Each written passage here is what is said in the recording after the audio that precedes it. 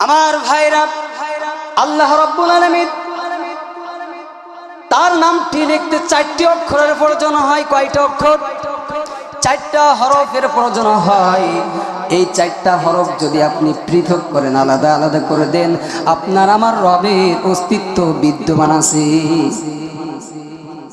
আল্লাহ রাব্বুল আলামিন নামটি লিখতে 4টি হরফ, আলিফ লাম লাম হা।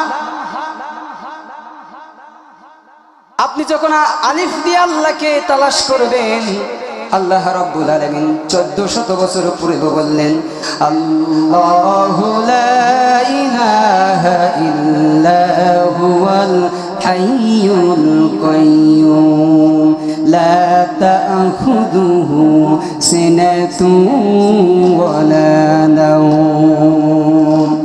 আল্লাহ রাব্বুল আলামিন বললেন, তিনি সেই মহান আল্লাহ যিনি ছাড়া আর কোনো ইলাহ নাই। তিনি চিরঞ্জীব, অনাদি এক সত্তা, তাকে কোনো ঘুম তন্দ্রা নিদ্রায় স্পর্শ করতে পারে না। আবার যখন আপনি লাম দিয়ে আল্লাহকে তালাশ করবেন, আল্লাহ রাব্বুল আলামিন কুরআনুল কারীমের ভিতরে বললেন, লিল্লাহি মুলকুস সামাওয়াতি ওয়াল আরদি ইয়াখলুকু মা ইয়াশা। এখানে আল্লাহ পাক বললেন, লিল্লাহি মুলকুস সামাওয়াতি ওয়াল আরদ, আসমান জমিনের মালিক আমি আল্লাহ, আমি যে ইচ্ছা করি সেটাই সৃষ্টি করি। বলেন তো, আল্লাহ রাব্বুল আলামিন যদি ইচ্ছা করতেন আপনাকে মানুষ না বানিয়ে যদি পশু পাখি বানাতেন, আপনার করার কিছু ছিল? ছিল না। প্রিয় দিনে ভাইরা, এইজন্য আল্লাহ পাক বললেন, আল্লাযী খালাকাকা ফাসাওয়াকা ফাআদালাক ফি আই সূরাতিন মা শাআ রাক্কাবাক। আমি আল্লাহ সর্বপ্রথম তোমাদেরকে সৃষ্টি করেছি, অতবার তোমাদেরকে সুবিন্যস্ত করেছি, সুসমজ্জ করেছি। এরপর আমি যেভাবে চেয়েছি আমি আল্লাহ তোমাদেরকে সেইভাবে গঠন দিয়েছি, আকৃতি দিয়েছি। কোন সুবহানাল্লাহ। আল্লাহ ইচ্ছা করলে আপনার যে 2টা চোখ দিয়েছেন, এই 2টা চোখ অন্ধ বানাতে পারতেন কিনা? আলাম নাজআল লাহু আইনাইন ওয়া লিসানান ওয়া শাফাতাইন। আল্লাহ রাব্বুল আলামিন বললেন, বান্দা আমি তোমাকে 2টা চোখ দিয়েছি, 2টা ঠোঁট দিয়েছি, একটা জিহ্বা দিয়েছি রে বান্দা। যদি তোমার চোখ 2টা আমি অন্ধ বানাতাম, তোমাকে ভালো জায়গায় পর্যন্ত বিবাহ দেওয়া যাইতো না। তোমার একটা হাত যদি আমি পঙ্গু করে দিতাম, একটা পা যদি আমি পঙ্গু করে দিতাম রে বান্দা, তোমার কোনো করার কিছু ছিল না। ও বান্দা, যদি তোমার চোখ অন্ধ থাকতো, তোমার পিতা দেখতে পেতে না, মাতাকে দেখতে পেতে না, নিজের স্ত্রীকে দেখতে পেতে না, ভাই বোন আত্মীয় স্বজন কাউকে আপনি দেখতে পেতেন না। এজন্য আল্লাহ রাব্বুল আলামিন বললেন, বান্দারে আমার প্রশংসা করে তোমরা শেষ করতে পারবে না। লাইন শাকারতুম লাযীদান্নাকুম ওয়া লাইন কাফারতুম ইন্না আযাবি লাশাদীদ।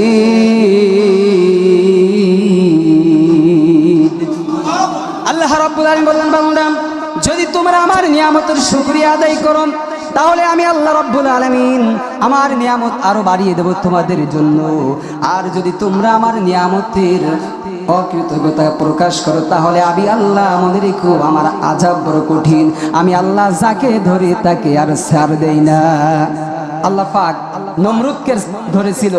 বলেন তো, নমরুদ বর্তমান প্রেসিডেন্ট ছিল না, সাবেক প্রেসিডেন্ট ছিল? বর্তমান ছিল। ফেরাউনকে ধরেছিল, ফেরাউন বর্তমান ছিল না, সাবেক প্রেসিডেন্ট ছিল। নমরুদ, ফেরাউন, হামান এদের মারতে লাগাইনি কামান। নমরুদ, ফেরাউন, হামান এদের মারতে লাগাইনি কামান। অনকে নাকি নীল দরিয়াই চুবাই মাইরাছে, সবাই সারলে আমার আল্লাহ ধরেছে। কোন ঠিক কিনা? নমরুদের ছিল কত আশা, তাকে জ্বালাইছে ন্যাংরা মশা। নমরুদের ছিল কত আশা, তাকে জ্বালাইছে ন্যাংরা মশা।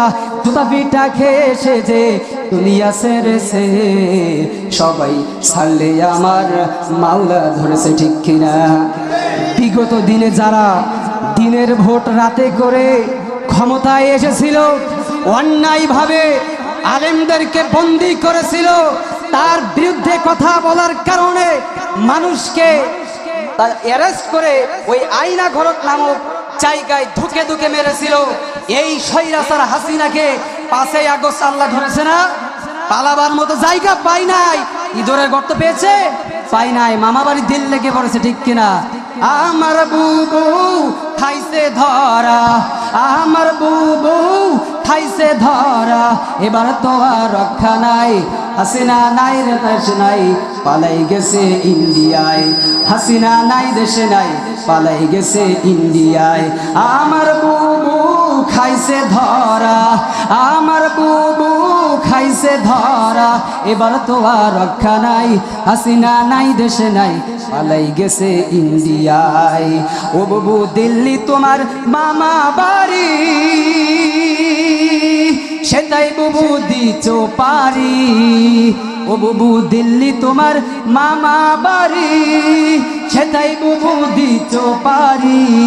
বীর বাঙালি জানতে চাই বুবু, বীর বাঙালি জানতে চাই বুবু, কবে হবে তোমার ফাঁসি? হাসিনা নাই দেশে নাই, পালাই গেছে ইন্ডিয়ায়। কথা কোন ঠিক কিনা? আপনারা হাসিনার ফাঁসি চান না? হাসিনার ফাঁসি চান না? এই স্বৈরাচার আপনার আমার প্রিয় মানুষ কোরআনের ফাঁকি শহীদ আল্লামা সাইদি সাহেবকে ঢুকে ঢুকে 13টি বছর জেলে রেখেছিল, এমনকি ইনজেকশন পুশ করে দুনিয়া থেকে বিদায় করেছে, ঠিক কিনা?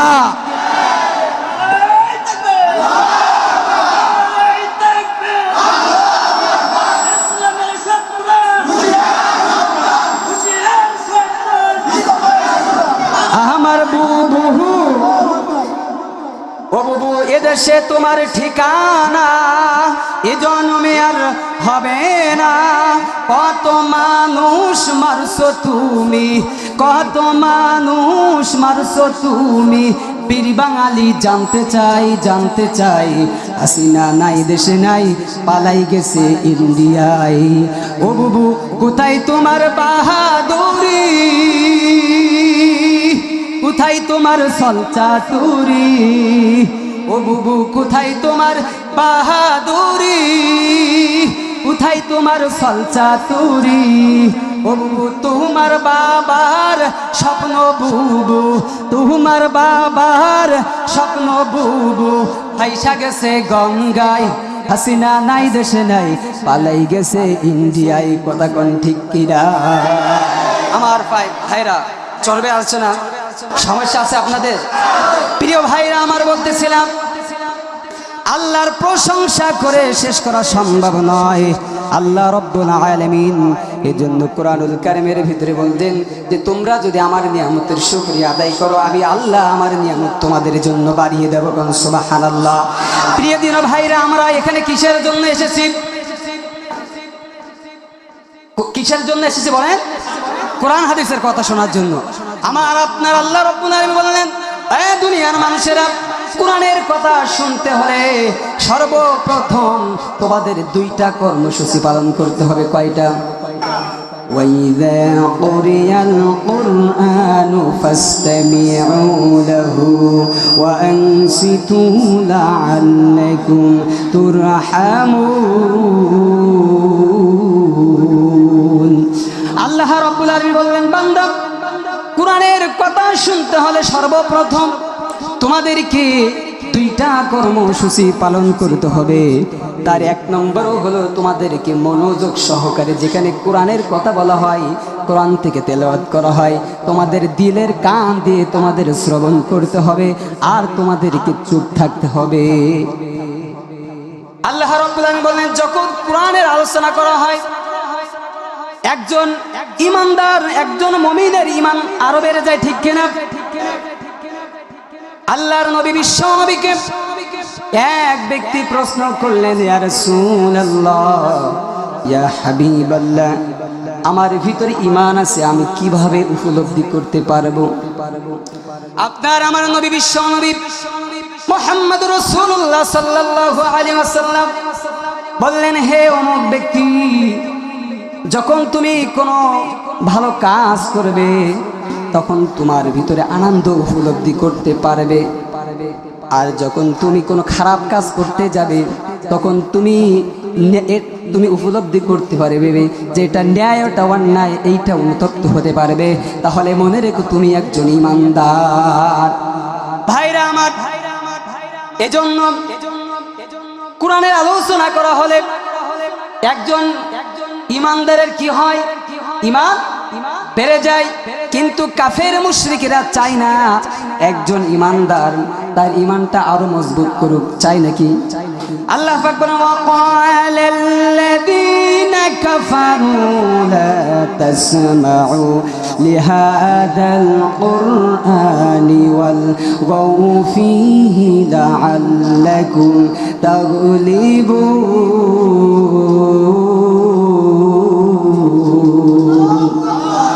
আপনার আমার আল্লাহ পাক বললেন 1400 বছর আগে জানিয়ে দিয়েছেন, যেখানে কোরআনের কথা বলা হয় সেখানে কাফের বেঈমানেরা বলে সেখানে তোমরা 144 ধারা জারি করো। ভাই মাইক সেট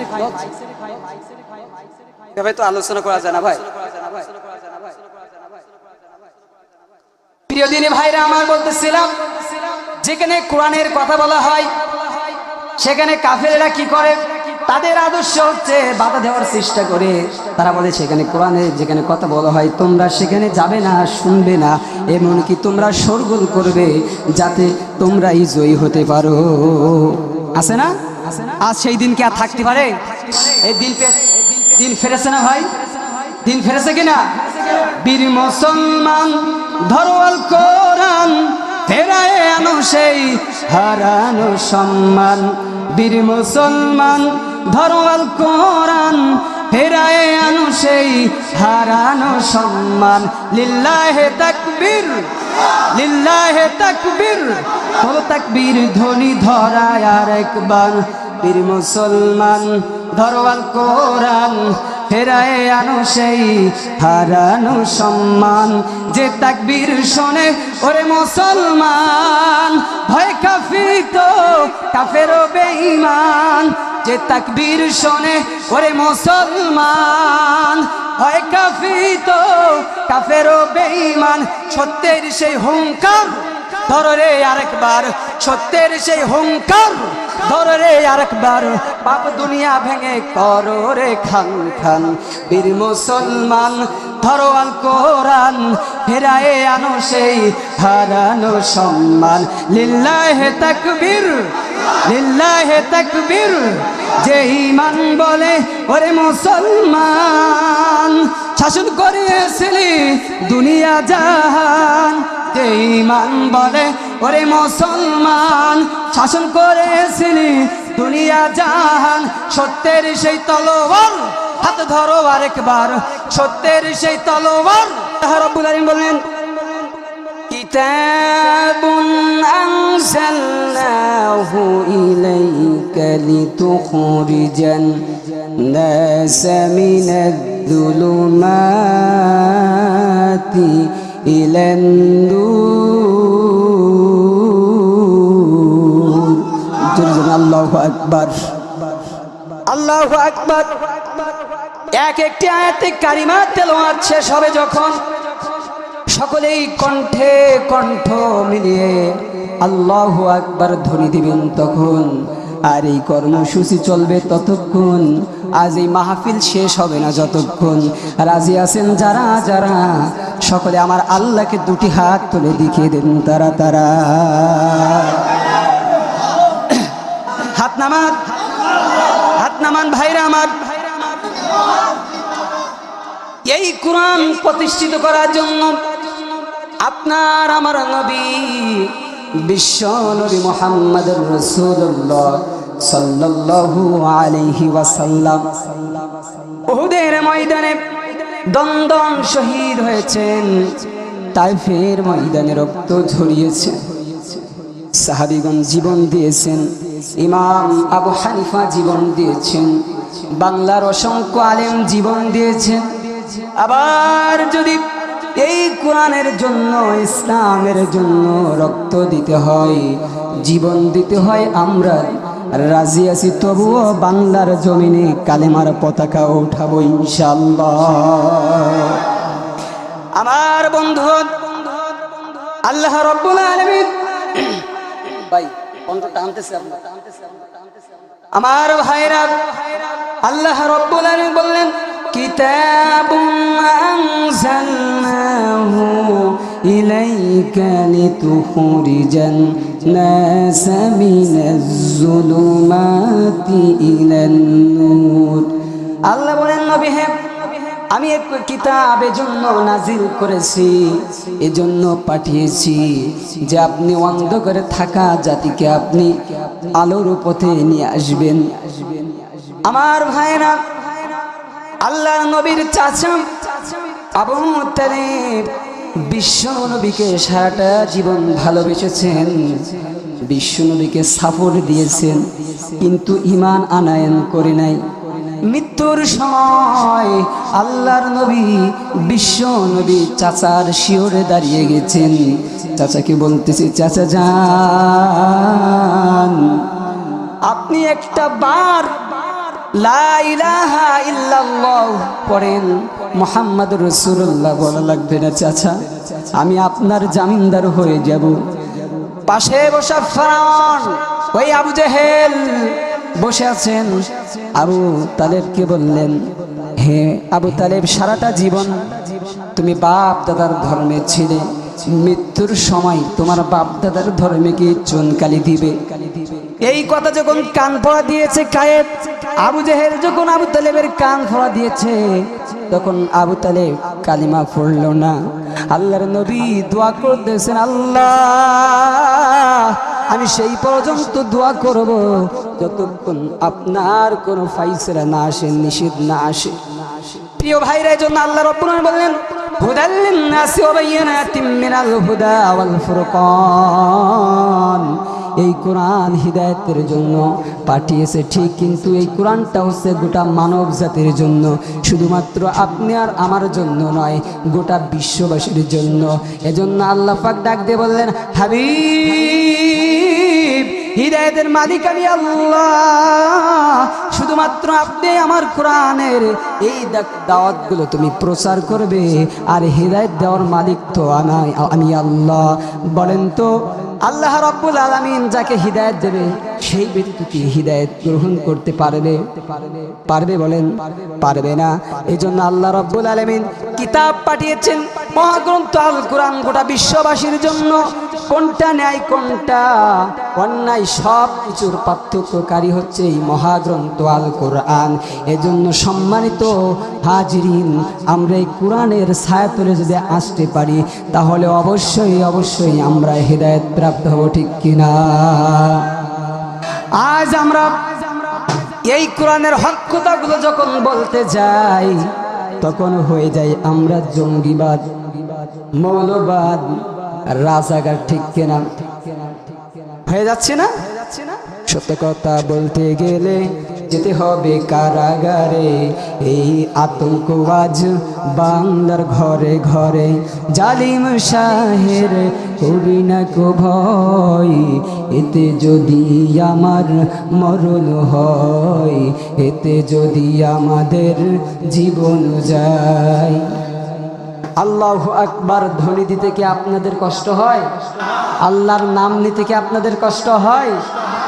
আল্লাহু আকবার জোরে হবে না আসতে হবে? কারণ আগুন পারে নাই হযরত ইব্রাহিম আলাইহিস সালামকে পোড়াতে, টেকনে সরাই পারে নাই ইসমাঈল আলাইহিস সালামকে জবাই দিতে, বিশাল নদী পারে নাই হযরত মূসা আলাইহিস সালামকে ডুবাইতে, মাছ পারে নাই হযরত ইউনূস আলাইহিস সালামকে হজম করতে।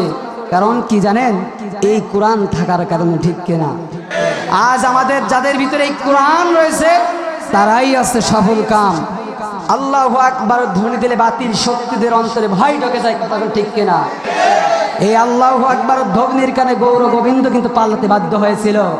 এমনই কি এই 5ই আগস্ট তারা কিন্তু যে হুঙ্কার দিয়েছিল, এই হুঙ্কারে কিন্তু শেখ হাসিনা গোসাই কিন্তু ভারতে পালাতে বাধ্য হয়েছিল।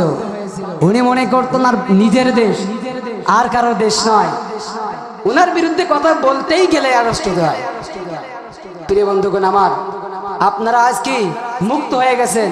যেমন ভাবে আল্লাহ রাব্বুল আলামিন তার হাবিবকে মদিনায় প্রেসিডেন্ট বানিয়েছিলেন, প্রেসিডেন্ট হওয়ার পরে আল্লাহর নবী ঘোষণা দিলেন, ফামান তাবিআ হুদায়া ফালা খাউফুন আলাইহিম ওয়ালা হুম ইয়াহজানুন।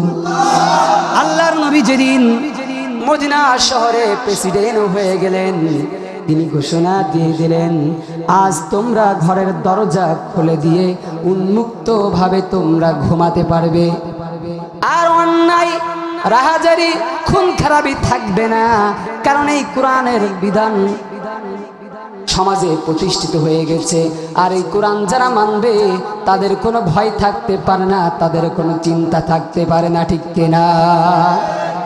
প্রিয় ভাইরা আমার, যেহেতু এই দুনিয়ায় আমরা চিরদিন কেউ বেঁচে থাকব না, একদিন আমাদেরকে এই দুনিয়া থেকে চলে যেতে হবে কিনা? পৃথিবীতে কেউ স্থায়ী হয় না, হোক না সে ফিরাউন কিবা নমরুদ, কেউ ভবে চিরকাল রয় না।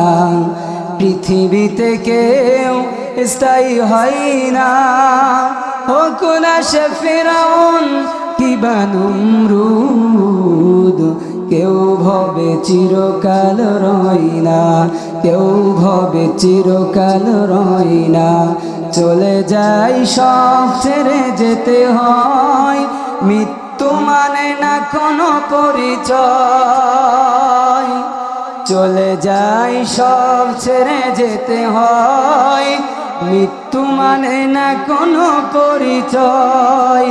সব রাজা মহারাজা আর মহাবীর, কাউকে সে অবকাশ দেয় না। পৃথিবীতে কেউ স্থায়ী হয় না, হোক না সে ফিরাউন কিবা নমরুদ, কেউ ভবে চিরকাল রয় না। মিনহা খালাকনাকুম ওয়া ফিহা নুঈদুকুম ওয়া মিনহা নুখরিজুকুম তারাতান উখরা। আমার প্রিয় ভাইরা, এই দুনিয়াতে চিরদিন থাকার জায়গা না। আল্লাহ রাব্বুল আলামিন বললেন, বান্দারে, আমি মাটি থেকে তোদেরকে সৃষ্টি করেছি, আবার এই মাটির ভিতরে তোদেরকে আমি নিব, এমনকি এই মাটি থেকে আবার তোদেরকে উঠাইব। উঠানোর পরে এমন একটা দিন আসবে বান্দা, ওই দিন আমি আল্লাহর কাছে তোমাদের ধরা দিতে হবে। তাহলে মৃত্যু থেকে কি আমরা কেউ পলায়ন করতে পারবো? কেউ পারবো না। তাহলে ভয় করতে হবে কার? আল্লাহর ভয় করতে হবে। আমার বন্ধুগণ আমার, সুদূর কয়রা থেকে আমি আপনাদের এখানে এসেছি কোরআন থেকে কিছু কথা আপনাদেরকে শোনানোর জন্য। প্রিয় ভাইরা আমার, এই মাহফিল শেষে যখন আপনি বাড়িতে চলে যাবেন, যাওয়ার পরে যখন বিছানায় আপনি শুতে যাবেন গভীর রজনীতে, এমন সময় মালাকুল মউত যদি চলে আসে, আজরাইল, আমার ভাইরা আপনি তখন কি করবেন? করার কিছু আছে? কিছু নাই। ভাইরা আমার, এই মৃত্যু থেকে কেউ আমরা বাঁচতে পারবো না। আমি মাওলানা রবিউল ইসলাম সুদূর কয়রা থেকে আপনাদের এখানে এসেছি। আল্লাহ না করুক আমার যদি এখানে মৃত্যু হয়ে যায়, আমরা এই মাহফিল কমিটি কিছু সংখ্যক মানুষগুলো আমার বাড়িতে সংবাদ দিয়ে দেবে। দেওয়ার সঙ্গে আমার কয়েকজন আপনজন ছুটে চলে আসবে আমার মৃতর দেহটি নেওয়ার জন্য। প্রিয় ভাইরা আমার, এই সংবাদ আমার মা জননী যখন শুনবে, আমার মা দুই নয়ন অঝোর নয়নে পানি ছেড়ে দিলে কাঁদবে, আর বলতে থাকবে, তোমরা কে কোথায় আছো? যাও যাও, আমার কলিজার সন্তানকে তোমরা নিয়ে আসো। আমার ভাইরা, আমার বন্ধুগণ, আমার লাশটা যখন বাড়িতে নিয়ে যাওয়া হবে, এলাকার মানুষগুলো ছুটে আসবে, আমার স্ত্রী হাউমাউ করে ক্রন্দন করতে থাকবে, আমার বোনেরা আমার লাশের পাশে এসে ক্রন্দন করবে, ভায়া ভায়া বলে ডাকবে, কিন্তু আর আমাকে খুঁজে পাবে না, আমি তো আর তাদের সঙ্গে কথা বলতে পারবো না। আমার বন্ধুগণ, এমন একটা সময় চলে আসবে আমার জন্য কাফন তৈরি করা হয়ে যাবে, বাঁশগুলো কেটে কেটে তারা পিস পিস করে ফেলবে, কবর খনন করা হয়ে যাবে, অবশেষে আমার জানাজা দিবে, জানাজার পরে আমাকে দাফন কাফন করে সমস্ত মানুষগুলো চলে আসবে। তারপর একদিন, 2 দিন, এমনিভাবে 1 মাস, 2 মাস, 3 মাস, 1 বছর, 2 বছর আমার কথা মনে রাখবে, এরপর আমাকে আর কেউ মনে রাখবে না। আমার ভাইরা, এই কথা আমি এই জন্য বলছি, এই ক্ষণস্থায়ী দুনিয়ায় আমরা বাহাদুরি দেখাই, আমরা ক্ষমতা দেখাই, আমাদের ক্ষমতার অপব্যবহার করি, কিন্তু ভাইরা আমার, এমন একটি সময় চলে আসবে আপনার নাম নিশানা আর থাকবে না, আপনার কথা কেউ আর মনে রাখবে না। এজন্য প্রিয় বন্ধুগণ আমার, আল্লাহ রাব্বুল আলামিন বললেন, মিনহা খালাকনাকুম ওয়া ফিহা নুঈদুকুম ওয়া মিনহা নুখরিজুকুম তারাতান উখরা। এই মাটির ভিতরে আবার তোমাদেরকে আসা লাগবে। বন্ধুগণ আমার, এজন্য আল্লাহ রাব্বুল আলামিন কুরআনুল কারীমের ভিতরে বললেন, এমন একটি দিন চলে আসবে তোমাদেরকে আমি আল্লাহ রাব্বুল আলামিনের কাছে হাজিরা দিতে হবে। ওই দিন কি হবে দেখেন, আমাদের কি অবস্থা হবে। আল্লাহ রাব্বুল আলামিন বললেন, ইয়াউমা ইয়াফিরুল মারউ মিন আখি ওয়া উম্মিহি ওয়া আবি ওয়া সাহিবাতিহি ওয়া বানি। ওই কিয়ামতের দিন সমস্ত মানুষগুলো ব্যতিব্যস্ত থাকবে, সমস্ত মানুষগুলো একটা নেকির জন্য ভাইয়ের কাছে যাবে, ভাইয়ের কাছে যাবে, ভাই চলে যাবে, বোনের কাছে যাবে, বোন চলে যাবে, মায়ের কাছে যাবে, মাও চলে যাবে, পিতার কাছে যাবে, পিতাও আপনাকে অস্বীকার করবে। তারা বলবে, দুনিয়াতে আমার কোনো সন্তান ছিল না, কিন্তু দেখেন এই দুনিয়াতে যদি আপনি হঠাৎ অসুস্থ হয়ে যান, তাহলে কিন্তু আপনার পিতা মাতা যতই কষ্ট হোক না কেন, নিজের কিডনি বিক্রি করে হলেও আপনাকে বাঁচানোর জন্য চেষ্টা করবে, কিন্তু ওই কিয়ামতের দিন কিন্তু আপনাকে ভুলে যাবে। ওই কঠিন দিনে, মুসিবতের দিনে কেউ কারো সুপারিশ করবে না। আল্লাহ রাব্বুল আলামিন বললেন, কুল্লু নাফসিন বিমা কাসাবাত রাহিনা ইল্লা আসহাবাল ইয়ামিন। কুল্লু নাফসিন বিমা কাসাবাত রাহিনা। ওই কিয়ামতের দিন প্রত্যেক মানুষ নিজ কর্মের জন্য দায়বদ্ধ থাকবে। যেমন এই দুনিয়াতে যাদের জমি আছে, আমি একটা উদাহরণ দিয়ে থাকি, যাদের জমি আছে আপনার নামে দলিল রয়েছে, কিন্তু ওই জমিটা যখন আপনি বন্ধক রাখবেন, তখন যতদিন ওই বন্ধকের টাকা আপনি না দিতে পারবেন, ততদিন নিজের সম্পদ থাকাও সত্ত্বে কিন্তু আপনি গ্রহণ করতে পারবেন না, নিতে পারবেন না। ঠিক কিনা? পারবেন? পারবেন না। ঠিক কিয়ামতের দিন ওই নিষ্কৃত কর্মের জন্য আপনি দায়বদ্ধ থাকবেন। আল্লাহ রাব্বুল আলামিন বললেন, তবে ইল্লা আসহাবাল ইয়ামিন, ডানপন্থী যারা হবে, যারা ডানপন্থী হবে তারা ব্যতীত। আমার ভাইরা, অবশেষে বিচার হয়ে যাবে, জান্নাত জাহান্নাম বন্টন করা হয়ে যাবে। আমার ভাইরা, হযরতে মূসা আলাইহিস সালাম আল্লাহ রাব্বুল আলামিনের কাছে আরজ করলেন, আল্লাহ রাব্বুল আলামিন, আমি একজন জামানার পয়গম্বর নবী মূসা, আমার মৃত্যুর পরে কিয়ামতের দিন আমার সাথী হবে কে, আমার জান্নাতি সঙ্গী হবে কে? আল্লাহ রাব্বুল আলামিন বললেন, মূসা, একজন কুশাই তোমার জান্নাতের সাথী হবে। মূসা আলাইহিস সালাম তো একজন রাগী নবী, তিনি রেগে গেলেন, অবাক হয়ে গেলেন। তিনি বলতেছেন যে আমি একজন আল্লাহর নবী, আমি একজন পয়গম্বর, আর সামান্য কসাই আমার জান্নাতের সাথী হবে। এটা স্বাভাবিক বলারই কথা না ভাইরা? এই কথা যখন বললেন, আল্লাহ রাব্বুল আলামিন জিবরাইলকে ডাক দিয়ে বললেন, জিবরাইল যা আমার নবী মুসা আলাইহিস সালামের কাছে যা, ওই লোকটাকে সচক্ষে দেখিয়ে দাও। মুসা আলাইহিস সালাম দেখার জন্য আগ্রহী ছিলেন। অবশেষে যখন তিনি দেখার জন্য গেলেন, দূর থেকে দেখতে পেলেন কসাই মাংস বিক্রি করতেছে। করতে করতে যখন সন্ধ্যা ঘনিয়ে এলো, সন্ধ্যা ঘনিয়ে আসার পরে এক পলিথিন বা এক পাত্রের ভিতরে কিছু মাংস নিয়ে তিনি বাড়ির দিকে রওনা দিলেন। পথের মধ্যে আল্লাহ রাব্বুল আলামিন নবী মুসা আলাইহিস সালাম দেখতে পেলেন কসাইকে দেখার সাথে সাথে কসাইকে বললেন, আমি আপনার বাড়ির মেহমান হতে চাই, আমি আপনার বাড়ির মেহমান হতে চাই। মুসা আলাইহিস সালামকে কসাই মেহমান হিসেবে বাড়িতে নিয়ে গেলেন। নিয়ে যাওয়ার পরে তাকে মেহমানদারি করলেন। মেহমানদারি করার জন্য এক জায়গায় বসে দেন। নিজের হাতে তিনি রান্না করলেন। রান্না শেষে নিজের আরেকটা রুমে গেলেন। রুমে যাওয়ার পরে মুসা আলাইহিস সালাম সমস্ত ঘটনা কিন্তু দেখতেছেন। মুসা আলাইহিস সালাম দেখতেছেন কসাই ওই ঘর থেকে একজন বৃদ্ধা মহিলাকে তিনি সেবা করতেছেন।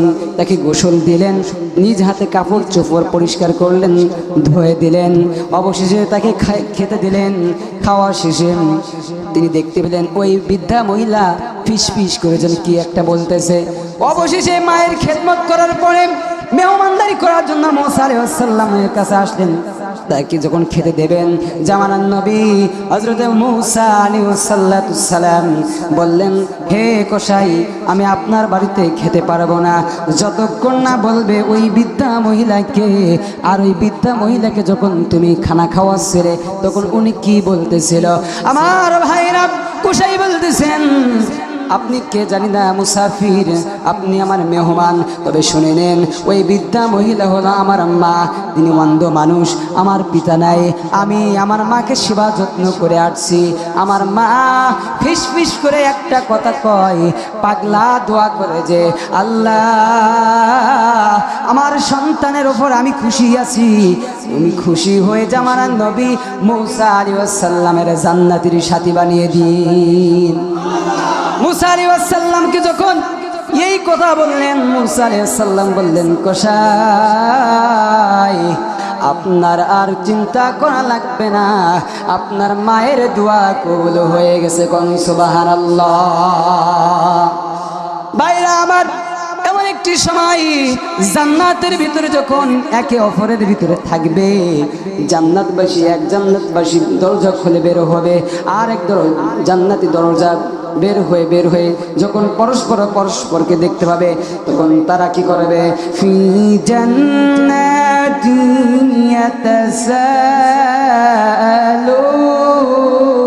ইয়াতাসাআলুন আনিল মুজরিমিনা মা সালাকাকুম ফি সাকর।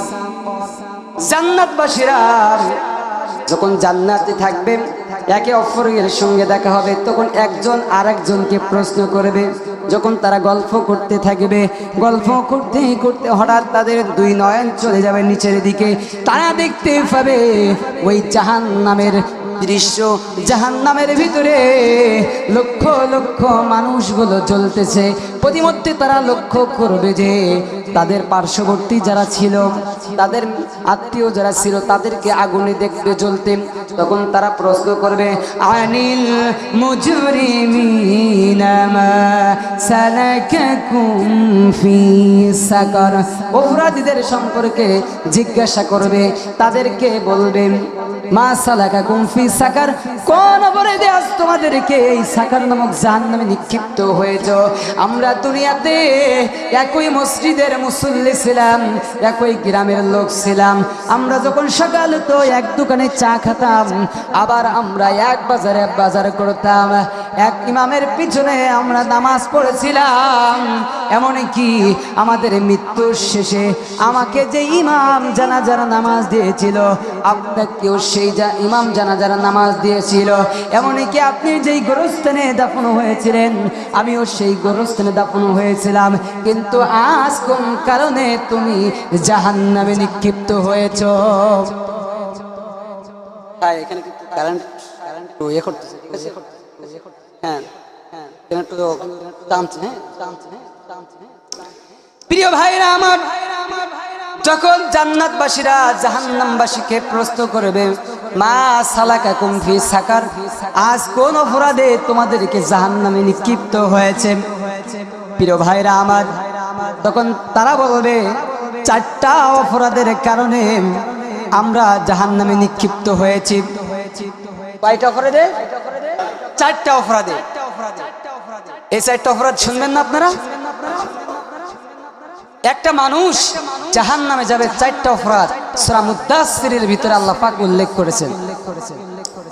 আল্লাহ রাব্বুল আলামিন যখন জাহান্নামবাসীদেরকে বলা হবে কোন অপরাধে আজ তোমরা জাহান্নামে নিক্ষিপ্ত হয়েছ, তখন তারা বলবে, ক্বালু লাম নাকু মিনাল মুসাল্লিন, আমরা নামাজি ছিলাম না। কি ছিলাম না?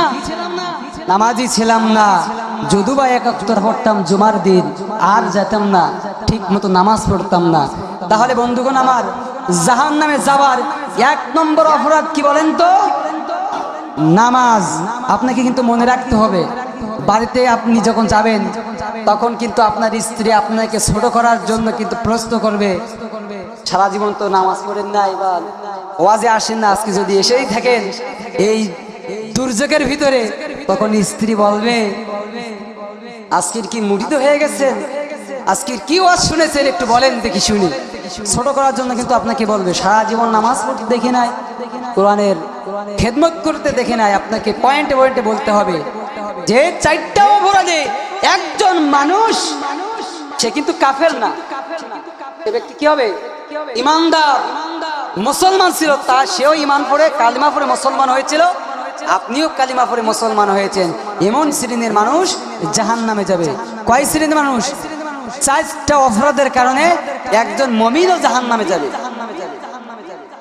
সেটা হলো 1 নম্বর হলো, বলবে আমরা দুনিয়াতে নামাজ পড়তাম না, নামাজিদের কাতারে আমরা ছিলাম না।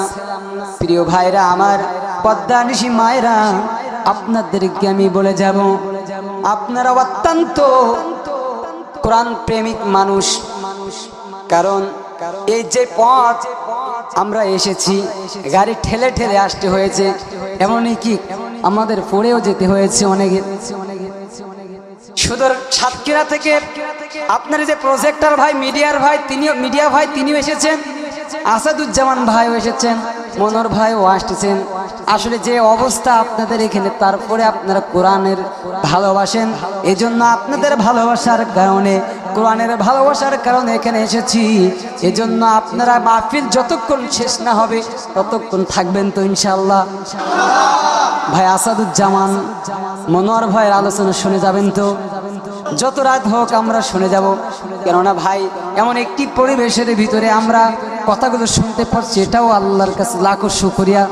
বলতেছিলাম, একজন মানুষ প্রথম অপরাধ হলো নামাজ। নামাজ না পড়ার কারণে জাহান্নামে যাবে। এরপরে জাহান্নামীরা বলবে, ও ভাইরা আমার, শুধুমাত্র নামাজ না পড়ার কারণে আসে না, আরো অপরাধ আমাদের ভিতরে ছিল। সেটা কি আল্লাহ রাব্বুল আলামিন কুরআনুল কারীমের ভিতরে বললেন, ওয়ালাম নাকুনু তুইমুল মিসকিন। 2 নম্বর অপরাধ হলো সেই এতিম মিসকিনকে খাদ্য দান করতো না। এতিম মিসকিনে কি করতো না? আল্লামা সাইদি তুমি মরণি শহীদ হয়েছ তুমি এটাই জানি। আল্লামা সাইদি তুমি মরণি শহীদ হয়েছ তুমি এটাই জানি। কারাগারে কাটালে 13টি বছর, বাতিলকে পেছে দেখে তোমায় থর থর। তুমি যে ছিলে মোদের নয়নমণি, শহীদ হয়েছ তুমি এটাই জানি। আল্লামা সাঈদী তুমি মরণি, শহীদ হয়েছ তুমি এটাই জানি। দেহ মাঝে যতদিন ছিল তব প্রাণ, বলেছিলে তুমি সেই প্রভুর কালাম। তাই তো ভাবি তোমায় প্রতিদিনই, শহীদ হয়েছ তুমি এটাই জানি। আল্লামা সাঈদী তুমি মরণি, শহীদ হয়েছ তুমি এটাই জানি। দেখা তো হবে না রে জীবনে, দেখা হবে জান্নাতে ফুল বাগানে। এই আশা কবুল করো আল্লাহ তুমি, শহীদ হয়েছ তুমি এটাই জানি।